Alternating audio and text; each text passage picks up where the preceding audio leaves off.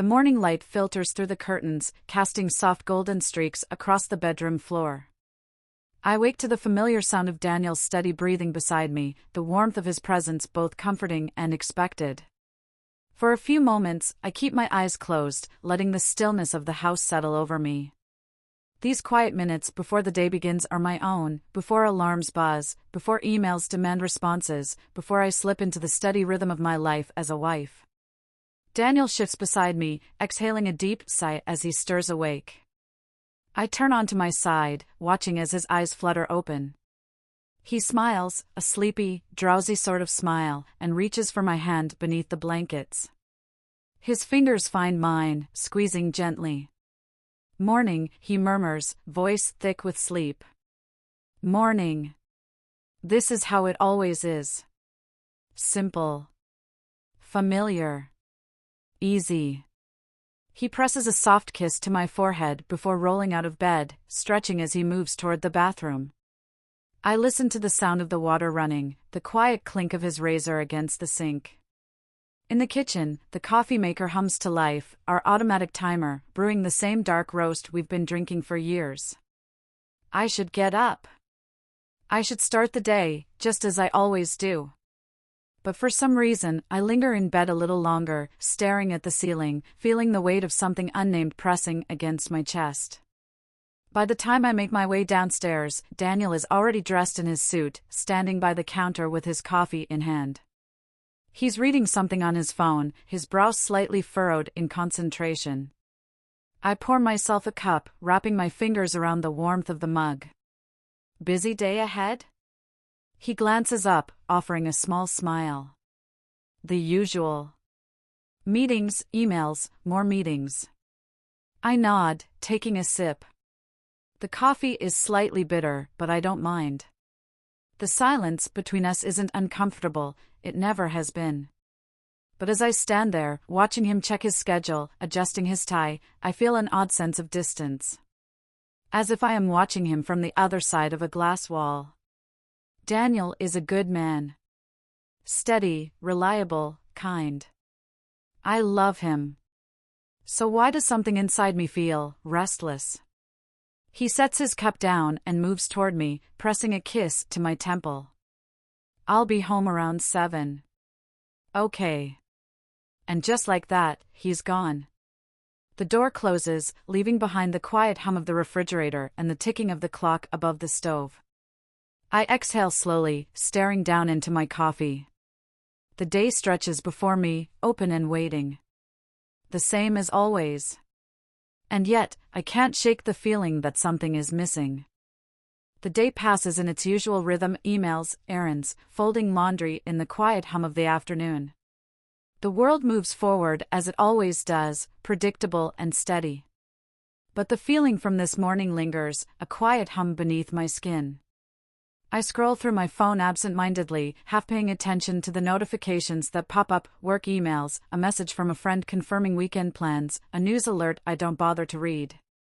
Then, a name I haven't seen in years appears on my screen.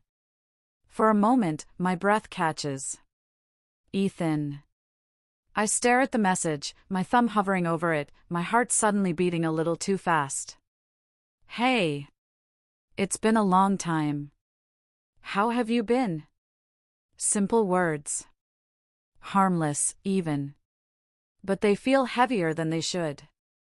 I hesitate, rereading them over and over as if the meaning might change. Ethan. I haven't thought about him in a long time. Or maybe I have, just not in a way I was willing to acknowledge. He belonged to another version of my life, a time before Daniel, before steady love, before the quiet security of marriage. Seeing his name now is like finding an old letter tucked between the pages of a forgotten book, unexpected, stirring something deep and unspoken. I should ignore it. I tell myself that. Instead, I find my fingers typing before I can stop them. Ethan. Wow, I didn't expect to hear from you. I'm good, how about you?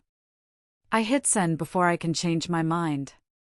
The moment it's done, I set my phone down, exhaling slowly. It's nothing. Just an old friend reaching out. Just curiosity. And yet, as I move through the rest of the afternoon, I find myself glancing at my phone more often than I should. Waiting. The hours pass, but my mind lingers on that message. I tell myself I'm being ridiculous. It's just a text. Just a simple hello. But it doesn't feel simple. By the time evening rolls around, I've checked my phone more times than I care to admit. Daniel comes home at 7, just like he said he would. I hear his keys in the bowl by the door, the rustle of his coat as he shrugs it off. The sounds of our life together. "Hey, honey," he calls from the hallway. "Hey," I reply, forcing my voice to sound even. He steps into the kitchen, loosening his tie, his face marked with exhaustion from the day. I watch as he pours himself a glass of water, his movements familiar, practiced. "Long day?" I ask. "The longest," he sighs, taking a sip. "You?" I hesitate. I could tell him. About the message. About the way it made my heart beat just a little faster. But why would I? There's nothing to tell. So I just smile, a soft, practice thing. The usual. He nods, accepting that answer without question. Then he leans in, pressing a kiss to my forehead before heading upstairs to shower. I stand there for a moment, gripping the counter, feeling an inexplicable weight settle in my chest. Then, my phone buzzes. I grab it too quickly, my pulse spiking. "Ethan, I'm good." It's strange, though, seeing your name pop up again. Feels like another lifetime, doesn't it? Another lifetime. I stare at the words, something in them tugging at me. Yes. That's exactly what it feels like. Before I can talk myself out of it, I reply. It does. A lot has changed. I hesitate, then add. What made you reach out? I set my phone down, my fingers curling against the cool countertop. A part of me already knows this is something I shouldn't be doing. But I also know that when Ethan replies, I will read it right away. And I won't stop. The message doesn't come right away. For the next hour, I tell myself I don't care. I go through the motions of the evening, setting the table, listening to Daniel talk about his day, nodding at the right moments. I ask questions. I laugh when I should. I tell myself that everything is normal. But beneath it all, I'm waiting. By the time Daniel disappears into his office for some late-night emails, I find myself reaching for my phone again. My heart jumps a little too quickly when I see the notification. Ethan, honestly? I don't know. I thought about you the other day, and I couldn't get you out of my head. I guess I just wondered how your life turned out. I stare at the words longer than I should. There's something intimate about them, something that pulls at the threads of my carefully woven life. The past is supposed to stay in the past, but Ethan's words feel like an open door. An invitation to step through. I shouldn't. But I do. I think about the past sometimes too. It feels like a different world, doesn't it? I hesitate before adding. What exactly were you thinking about? As soon as I send it, a strange thrill runs through me. I shouldn't be indulging this. I shouldn't be letting the past reach its fingers into my present. But I do. Minutes later, Ethan replies. The way we used to talk. The way we understood each other. I miss that. A lump forms in my throat. Because I miss it too. But I can't say that. I can't let this be anything more than words on a screen. Before I can think too hard, I lock my phone and set it face down on the table. From down the hall, I hear Daniel moving around in his office, the steady clatter of his keyboard filling the house. The sound is familiar, grounding. This is my life. This is where I belong. And yet, when I finally pick up my phone again, I type out a reply. The days begin to blur. I wake up next to Daniel, share coffee with him in the mornings, kiss him goodbye as he leaves for work. I go through my routine: emails, errands, dinner plans. On the surface, nothing changes. But beneath that surface, something is shifting. Because every spare moment, every quiet lull in my day, I find myself reaching for my phone. Ethan and I talk constantly now. Not just a casual message here and there, but full conversations that stretch for hours. His words feel like a doorway into another time, another version of myself, one I had long since buried beneath marriage, responsibility, stability. We talk about everything and nothing. About music we used to love, about late nights spent driving aimlessly with the windows down. He tells me about his life, his work, his travels, his regrets. And I tell him about mine, but only the pieces I want to share. I don't tell him about the way I sometimes lie awake at night, staring at the ceiling, wondering if I let something vital slip through my fingers. I don't tell him that when Daniel kisses me, I feel warmth but not fire. I don't tell him that every time my phone buzzes, my pulse quickens in a way it hasn't in years. Instead, I ask him things like, "Do you ever wish you could go back?" And his answer comes too quickly. All the time. I should stop. I know I should stop. But I don't. One evening, Daniel and I go out for dinner. It's a little Italian place we've been to 100 times before. The lighting is soft, the air filled with the scent of garlic and warm bread. It's comfortable. Familiar. He reaches across the table, his fingers grazing mine. "You've been quiet lately," he says, watching me. I force a smile. "Just tired." He studies me for a moment longer, then nods, accepting my answer without question. Daniel trusts me. The thought makes my stomach twist. My phone vibrates in my purse. I don't have to check to know who it is. And as Daniel sips his wine, talking about work, I realize that my mind isn't here at all. It's somewhere else. With someone else. And I don't know how to stop it. Days turn into weeks. I tell myself this is nothing. Just words on a screen, just old memories wrapped in nostalgia. A passing distraction. But I know better. Because every morning, before Daniel even stirs beside me, I check my phone. Because every evening, while he showers or reads emails in his office, I sit curled up on the couch, my fingers tapping out messages I shouldn't be sending. Because Ethan isn't just a ghost from my past anymore. He's here, slipping into the cracks of my life, filling spaces I hadn't even realized were empty. And the worst part? I let him. "I had a dream about you last night," Ethan messages me one afternoon. I feel my stomach tighten. I hesitate before replying. "Oh. Yeah," he writes back. It felt real. "You were laughing about something, I don't even know what." And I remember thinking, God, I've missed that sound. I stare at the message, something inside me unraveling just a little bit more. I shouldn't ask. I shouldn't. But I do. "Do you really miss it?" His response comes almost instantly. "Every day." I suck in a breath, setting my phone down like it suddenly burns to touch. I shouldn't be doing this.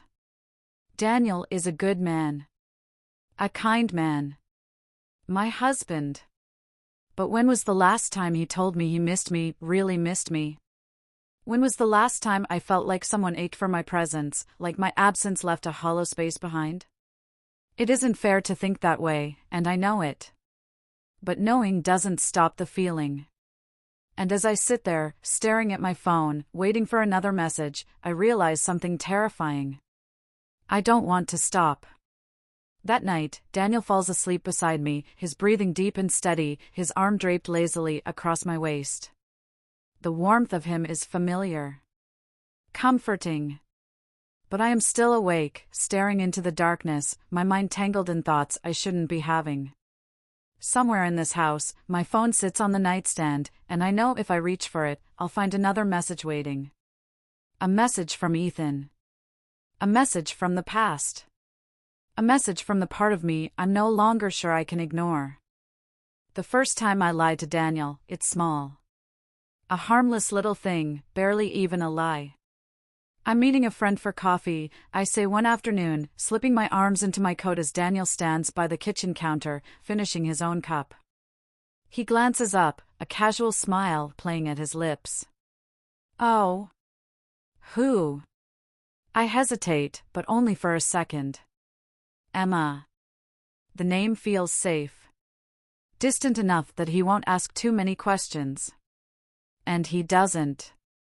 He just nods, trusting me. Always trusting me.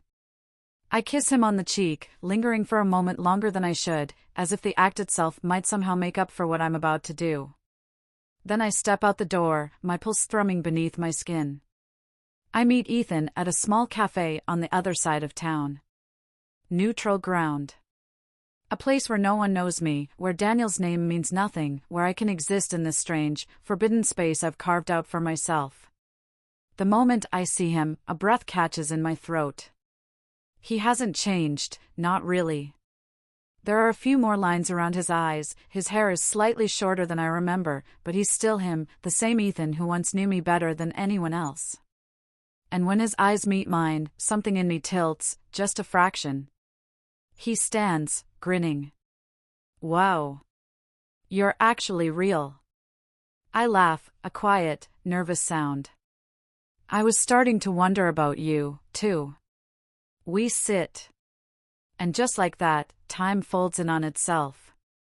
The conversation flows as easily as it always did. There are no awkward silences, no fumbling for words. We talk like we used to, slipping back into old rhythms, old habits. I tell him about my life, about my work, my routines, the things I love.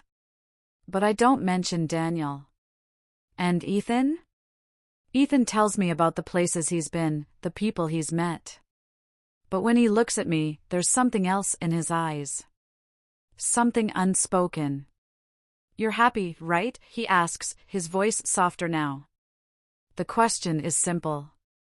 Harmless, even. But I feel the weight of it settle between us. I should say yes. I should. But instead, I hesitate. And in that hesitation, everything shifts. Ethan studies me for a long moment. Then, leaning forward, he says something that sends a shiver down my spine. I never stopped thinking about you. The air between us tightens. I swallow, my heart hammering against my ribs. Ethan. But I don't know how to finish that sentence. Because the truth is, I haven't stopped thinking about him either.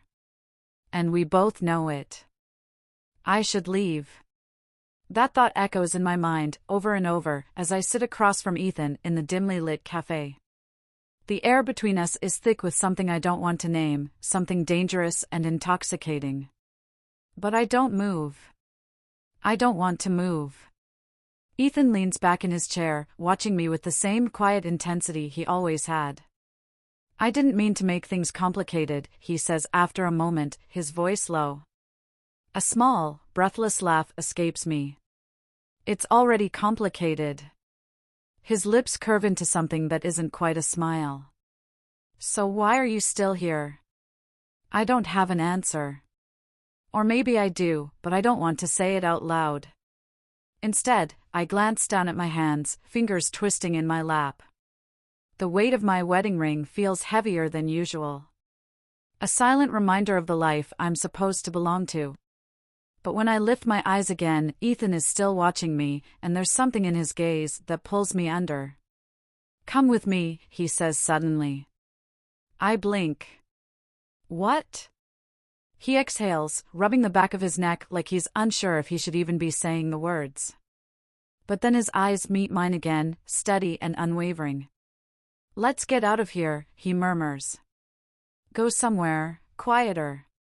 Everything inside me tightens. This is it. The edge of the cliff. One step forward, and I know I'll never be able to take it back. I think of Daniel, of his steady presence, his quiet love, the way he never once doubted me. And yet, here I am. Wanting something I shouldn't want. Wanting someone I shouldn't want. Ethan doesn't rush me. He just waits, his expression unreadable. I could walk away right now. I could tell him no, gather my things, and go home to my husband like nothing ever happened. But I don't. I stand. And I follow Ethan out the door. The air outside is cool, carrying the distant hum of the city. My footsteps feel too loud, too deliberate as I follow Ethan down the quiet street. I should turn back. I should stop this now, before it goes any further. But I don't. We walk in silence for a while, neither of us acknowledging what this is, what it's becoming. The tension is thick, pressing in around us, unspoken but impossible to ignore. Finally, Ethan stops in front of a small hotel, its entrance glowing warmly in the evening light. He turns to me, searching my face. "We don't have to do this," he says softly. I know what he means. I know this is my last chance to say no, to pull myself back from the edge before I fall completely. I open my mouth, to refuse, to apologize, to leave. But then Ethan reaches for my hand, his fingers brushing mine. And just like that, something inside me gives way. I follow him inside. I don't know how long I stay. Time becomes meaningless, blurred by whispered words and stolen moments that feel both thrilling and terrifying. I lose myself in something that should have stayed in the past, something that should never have been revived. And when it's over, when the reality of what I've done finally settles into my bones, I feel like I've stepped into a version of myself I don't recognize. I stare at the ceiling in the dim light of the hotel room, my body tangled in sheets that don't belong to my life. My mind races, trying to make sense of what can't be undone. I betrayed Daniel. A man who never doubted me. A man who loves me. A man who is probably at home right now, unaware that his wife has become someone else. Guilt claws at my chest, but beneath it, something else lingers. Something dark and shameful. I don't regret it. And that terrifies me more than anything. Later, when I finally leave, Ethan watches me dress in silence. Neither of us speaks, because there's nothing left to say. Before I walk out the door, he catches my wrist. "This doesn't have to be the end," he murmurs. I swallow hard. My heart is a mess of contradictions, torn between the life I built and the life I might still want. I don't answer him. Because I don't know. And as I step out into the night, heading back to the home I just betrayed, one thought consumes me. I don't know who I am anymore. It's been weeks. The weight of it all has settled in. It's like carrying a secret inside, one that weighs you down in ways you can't explain. I've gone through the motions, waking up beside Daniel, sharing meals, laughing at jokes that are supposed to mean something. But nothing feels the same anymore. Because I've crossed a line. A line I can't see but can feel in every corner of my life. Every time Daniel kisses me, I'm aware of what I've done. Every time he holds me, there's a part of me that isn't present. I'm half here and half somewhere else, somewhere with Ethan. And even though I know it was a mistake, I don't know how to move forward. I don't know how to fix this. The last time I saw Ethan, he asked if I would stay.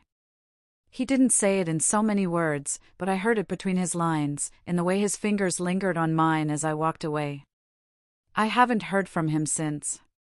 And I'm not sure if I want to. There's something about him, something I can't shake. A part of me that isn't ready to let go. But that part feels like a whisper now, barely audible over the noise of my own conscience. I lie awake at night, staring at the ceiling, thinking about all the what-ifs. About the life I could have had. And then I think about Daniel. The way he loves me. The way he trusts me. How he'll never know. And I wonder if I can still love him the same way.